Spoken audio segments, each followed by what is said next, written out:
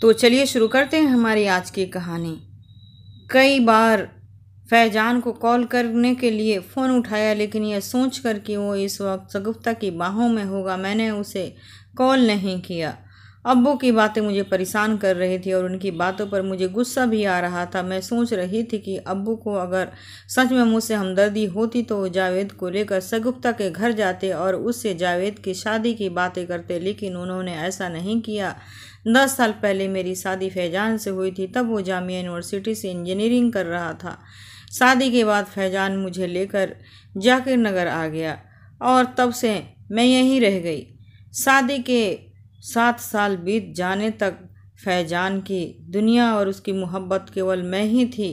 मैं भी फैजान के लिए अपनी जान हथेली पर रखती थी, लेकिन 2 साल पहले मेरी प्रेगनेंसी के वक्त मेरी छोटी बहन शगुफ्ता दिल्ली आई और तब से मेरी दुनिया तबाह हो गई और फैजान को लेकर बहुत परेशान थी। मेरे फ्लैट पर आए हुए उसे 2 महीने से वक्त ज़्यादा गुजर चुका था। वो फ़ोन करता और खुशबू से बातें करता और फ़ोन रख देता। एक दिन मैं खुशबू को लेकर स्कूल छोड़ने गई, तब फैजान मुझे कार की लेकर नज़र आया। मैं समझ गई कि फैजान शगुफ्ता को छोड़ने आया था। मेरी नज़र कार पर पड़ते ही मैं उसमें से शगुफ्ता बाहर निकली और सीधे स्कूल के अंदर बढ़ गई।